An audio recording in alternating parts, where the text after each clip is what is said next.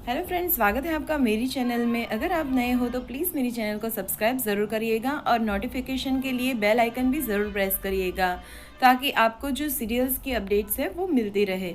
तो आज हम यही चाहती के एपिसोड में देखने वाले हैं कि सुलोचना जो होती है वो जानबूझकर शारदा के सामने चाबियां गिरा देती है ताकि वो देख सके कि पैसे वो निकालती है कि नहीं।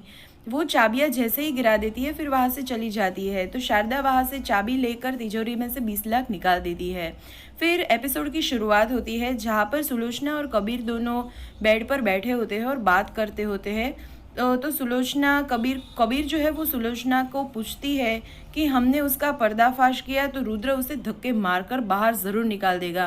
तो कबीर जो होता है वो सुलोचना से पूछता है कि क्या आपको पता पक्का है कि शारदा का अफेयर चल रहा है। तो सुलोचना बोलती है कि पक्का तो नहीं पता है, यही देखना है कि अगर वो पैसे दे रही है, मतलब उस आदमी से उसका क्या संबंध है वो अभी क्लियर नहीं हुआ है। हमें यही क्लियर करना है कि उसका जो रिलेशन है वो उस आदमी से क्या होता है।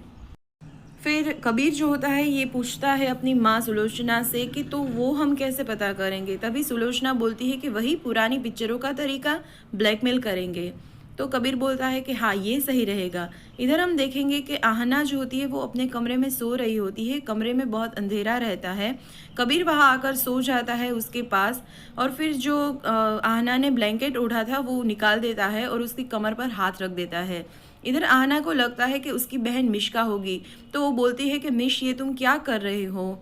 फिर दूसरी बार भी कबीर इसी तरह से उसका हाथ रखता है। फिर से आहना जो होती है वो उसका हाथ उठाकर रख देती है बाजू में, पर फिर भी कबीर नहीं मानता और तीसरी बार भी उसकी कमर पर वो हाथ लगाया होता है। तो फिर जो आहना होती है वो थोड़ा सा गुस्सा कर लेती है और वहाँ से खड़ी हो जाती है और बोलती है कि मिश्का ये तुम क्या कर रहे हो। पर वो देखकर चौंक जाती है क्योंकि वहाँ पर जो होता है वो कबीर होता है। वो कबीर को बहुत गुस्सा करती है और पूछती है कि तुम यहाँ पर क्या कर रहे हो मेरे कमरे में। तो कबीर बोलता है कि भाभी आप गलत समझ रहे हो। जो आहना होती है वो डर जाती है और चिल्लाने लगती है, प्रीशा, रुद्र, माँ, मिश्का, कहाँ हो तुम सब। प्रीशा जो होती है वो हॉल में ही होती है, तो उसको आहना की आवाज़ जो है वो चिल्लाने वाली आ जाती है। तो फिर वो रूम में आ जाती है आहना के और कबीर को देखकर वो भी चौंक जाती है। तो प्रीशा जो होती है वो कबीर को देखती है और पूछती है कि तुम यहाँ पर क्या कर रहे हो, और वो भी आहना के बिस्तर पर तुम क्या कर रहे हो। तभी कबीर जो है वो पूछता है कि भाभी आप गलत समझ रही हो, मुझे लगा ये मेरा कमरा था। तो आहना बोलती है, गुस्से में बोलती है कि चुप करो, तुम अपना मुंह बंद रखो। और वो प्रीशा से कहती है कि प्रीशा ये आदमी जैसा दिख रहा है ना, बिल्कुल वैसा नहीं है। आगे आहना बोलती है कि प्रीशा ये आदमी ऐसा नहीं है, ये मुझे गलत तरीके से छूने की कोशिश कर रहा है।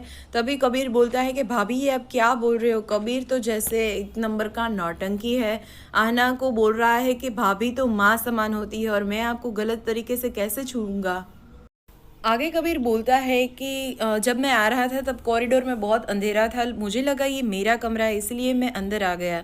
आहना गुस्से में बोलती है कि चुप करो तुम, और तुम क्या दूध पीते बच्चे हो, तुम्हें पता नहीं है कि तुम्हारा रूम कौन सा है, मेरा रूम कौन सा है, और तुमने ये भी नहीं देखा कि बेड पर मैं सो रही थी। कबीर बोलता है कि भाभी मुझे लगा यहाँ पर माँ सो रही है। आहना फिर से बोल रही है कि मुंह बंद करो, चुप करो तुम। प्रीशा तुम मेरा यकीन करो, जानबूझकर ये आया है और मुझे छूने की कोशिश कर रहा है। तभी कबीर बोलता है कि नहीं भाभी मैंने ऐसा कुछ नहीं करा है। तभी आहना बोलती है कि निकलो अभी के अभी, तुम मेरे कमरे से यहाँ से निकल जाओ। तभी कबीर उठने लगता है और प्रीशा उसकी मदद करती है व्हीलचेयर लाने में। फिर कबीर जो होता है वो व्हीलचेयर पर बैठकर वहाँ से चला जाता है। आहना जो होती है वो बहुत ही ज़्यादा हर्ट होती है और रोने लगती है और प्रीशा से कहती है कि प्रीशा तुम प्लीज़ मेरी बात को मानो, वो जानबूझकर ये सब कर रहा है। इतने दिनों से आया है तब से वो यही कर रहा है, मुझको जानबूझकर छूने की कोशिश कर रहा होता है। और ऐसा ही नहीं, उसने पहले भी कितनी बार मुझे इस तरह से जानबूझकर छूने की कोशिश करी। आगे आहना जो होती है वो बहुत ही ज़्यादा सेंसिटिव हो जाती है और वो बोलती है प्रीशा से कि प्रीशा तुम्हें तो पता ही है, तुम भी एक लड़की हो, अगर कोई लड़का हमें गलत तरीके से छूने की कोशिश करेगा तो वो हमें पता चल ही जाएगा। पर फिर आहना बोलती है कि ये सब मैं तुम्हें क्यों बता रही हूँ, तुम तो उस कबीर का ही भरोसा करोगी ना, मेरा थोड़ी ना करोगी। प्रीशा जो होती है वो सोचने लगती है कि जो मैं सुलोचना माँ के बारे में सोचती हूँ यही वो कबीर के बारे में सोचती है। तो क्या ये ऐसा लग रहा है कि ये माँ बेटे मिलकर कुछ हमारी फैमिली के साथ बुरा तो नहीं करने वाले हैं ना? प्रिशा जो होती है वो सोच में पड़ जाती है। फिर जो प्रिशा होती है वो आहना से कहती है कि सुनो आहना, तुम शायद सही हो सकती हो, पर हम अभी कुछ भी नहीं कर सकते हैं क्योंकि हमारे पास ना कोई भी सबूत नहीं है। लेकिन हमें थोड़ा संभल कर रहना पड़ेगा। मैं तुम्हारी मदद करूँगी।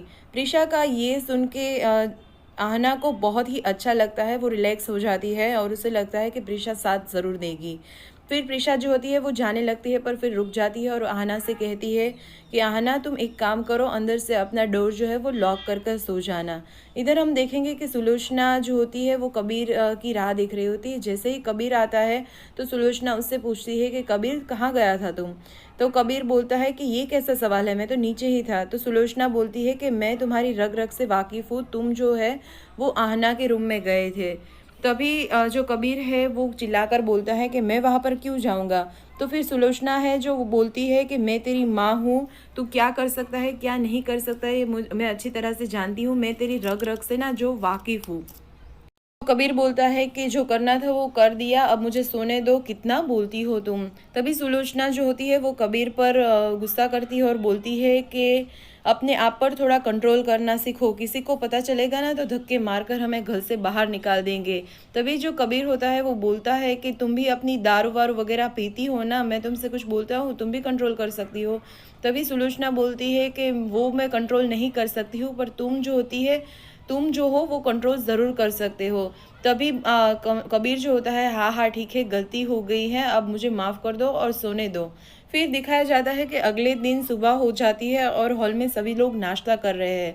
इधर सुलोचना जो होती है वो सिर्फ फल खा रही होती है। तो रुद्राक्ष जो है वो पूछता है सुलोचना से कि तुम सिर्फ फल, माँ आप सिर्फ फल क्यों खा रहे हो? तभी सुलोचना बोलती है कि मैं आप सब लोग को बताने ही वाली थी, मुझे ना इस घर में जगराता रखना है, इसलिए आज जो है वो मैं फल खा रही हूँ। वो बोलती है कि इतने दिनों के बाद मुझे मेरा परिवार मिला है और तुम इस घर के बड़े बेटे हो, तो मैं तुम्हारी भी सुख शांति के लिए इस घर में जो है वो जगराता करना चाहती हूँ। तभी सुलोचना आगे बोलती है कि सब आएंगे ना, सभी को मैं चाहती हूँ कि सभी लोग जो है वो जगराते में शामिल हो जाए। तभी प्रीशा जो है उसको बोलती है कि तुम अपने माँ पापा को भी ज़रूर बुला देना। तो फिर प्रीशा हाँ बोल देती है। फिर शारदा जो होती है वो जगराते की तैयारी करती दिखाई जाती है। तभी उसके फ़ोन पर एक मैसेज आता है जहाँ पर वो और एक आदमी इस तरह से इसकी उसके एक फ़ोटो मिलती है और नीचे लिखा होता है कि तुम्हारा राज जो है वो राज ही बना रहेगा अगर तुम मुझे 20 लाख रुपए दोगी तो, अगर मैं जैसा कहूँगी वैसा ही करोगे तो। फिर शारदा जो होती है वो ये मैसेज और फोटो देखकर थोड़ा सा घबरा जाती है, उसकी आंखों में पानी आ जाता है। दूसरी तरफ सुलोचना जो होती है वो शारदा को देख रही होती है और वो बहुत ही खुश होती है इस तरह से शारदा को घबराया हुआ देखकर। शारदा फिर से मैसेज करती है कि कौन हो तुम? तभी सुलोचना बोल देती है कि तुम्हारी शुभ चिंतक हूँ मैं। अभी जो सुलोचना होती है वो अपने मन में सोच रही होती है कि अच्छा हुआ ना मैंने अपना नंबर चेंज कर दिया है, मैं दूसरे कार्ड से इसको मैसेज कर रही हूँ ताकि मेरा नंबर जो है वो किसी के पास ना जाए। तभी जो शारदा होती है वो उस नंबर पर फ़ोन करने की कोशिश कर रही होती है, वो सुलोचना देख लेती है, जल्दी से अपना मोबाइल जो है वो स्विच ऑफ कर देती है। इधर शारदा जिसको फ़ोन कर रही है उसका नंबर बंद आ रहा होता है। तभी हम देखेंगे कि सुलोचना जो होती है वो शारदा के पास आती है और पूछती है कि शारदा तुम ठीक तो हो? अभी अभी तो बहुत ज़्यादा खुश लग रही थी, अब थोड़ी देर में तुम्हारा मुंह इतना बिगड़ गया। जो शारदा होती है वो सुलोचना से कहती है नहीं नहीं ऐसा कुछ नहीं है, मैं कुछ और सोच रही थी इसीलिए ये सब हुआ। आगे दिखाया जाता है कि शारदा जो है वो वहाँ से चली जाती है और सुलोचना अपने मन में सोचती है कि अच्छा हुआ ये सब मैंने किया, अब मुझे पता चलेगा कि इसका अफेयर है कि नहीं। शाम हो जाती है और जगराते की सारी तैयारियां हो चुकी है, जगराता शुरू होने वाला होता है, सारे गेस्ट आ चुके हैं, इधर प्रीशा के मम्मी पापा भी आ चुके होते हैं।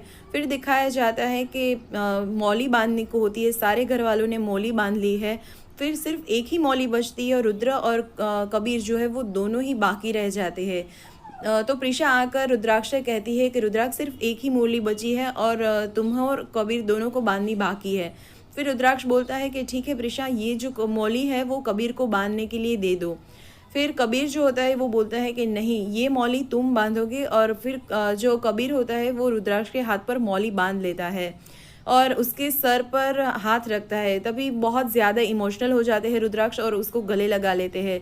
फिर जो कबीर होता है वो फिर से उसके सर पर हाथ रखता है और फिर बोलता है रुद्राक्ष के तुमने तो मेरी भाई की याद दिला दी। भाई भी बिल्कुल ऐसे ही मेरे सर पर हाथ रखते थे और मेरे बालों को ख़राब कर देते थे। तभी कबीर बोलता है कि हाँ, अगर खून एक है तो आदतें भी एक जैसी ही होगी ना। तो फिर अच्छा लगता है उसको रुद्राक्ष को और वो फिर से उसको गले लगा देते हैं। इस तरफ ये सुलोचना सब कुछ देख रही होती है और नाटक या नौटंकी करते करते फिर से आती है रुद्राक्ष और कबीर के पास और दोनों को गले लगा लेती है।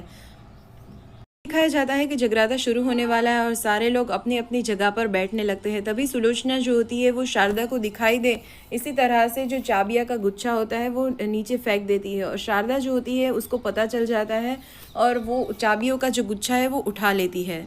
फिर दिखाया जाता है कि शारदा जो होती है वो अपने कमरे में जाती है और वहाँ से तिजोरी खोलकर 20 लाख रुपए निकालने लगती है और फिर सोच रही है कि माता रानी ये मैं बहुत गलत कर रही हूँ, मुझे क्या दिन आ गए हैं, मुझे अपने ही घर में चोरी करनी पड़ती है।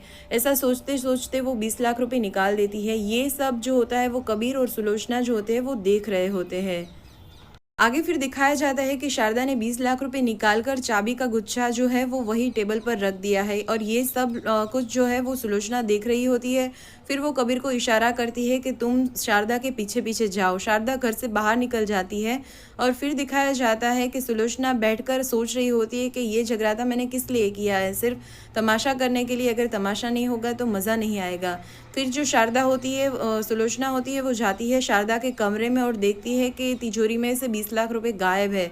फिर सोच रही होती है कि ये क्या, शारदा के कितने बुरे दिन आ गए हैं, अपने ही घर में चोरी करनी पड़ती है। फिर दिखाया जाता है कि शारदा होती है उन्होंने 20 लाख रुपए कचरे के डब्बे में डाल दिए हैं और वहां से चली जाती है। इधर दिखाया जाता है कि सुलोचना जो होती है वो प्रिशा से कहती है कि जाओ बेटा, तिजोरी में से चांदी की जो कटोरी है वो लेकर आओ। इधर प्रिशा जो होती है वो वहां पर जाती है तो देखती है कि तिजोरी का जो दरवाज़ा होता है वो खुला होता है। वो चौंक जाती है और रुद्र को आवाज़ देने लगती है। रुद्र वहां कर आता है और देखता है कि तिजोरी में से 20 लाख रुपए गायब है। वो सोचता है कि ये किसने किया होगा। फिर उन्होंने बोला कि शायद ये शारदा माँ ने किया हो, शारदा माँ ने लिए हो 20 लाख रुपए। तभी शारदा माँ बोलती है कि हाँ, मैंने ये 20 लाख रुपए। ये सब होगा हमारे कल के एपिसोड में। अगर आपको मेरा चैनल पसंद आया हो, अगर आपको मेरा वीडियो पसंद आया तो please like share and subscribe ज़रूर करिएगा। और अगर आपको कोई और सीरियल की भी अपडेट्स चाहिए तो आप मुझसे ज़रूर शेयर करिएगा। मैं ज़रूर कोशिश करूँगी कि मैं आपको उसकी अपडेट दे सकूँ। और अगर आपको प्यारी सी कमेंट करनी है तो प्लीज़ ज़रूर से करिएगा। Thanks for watching.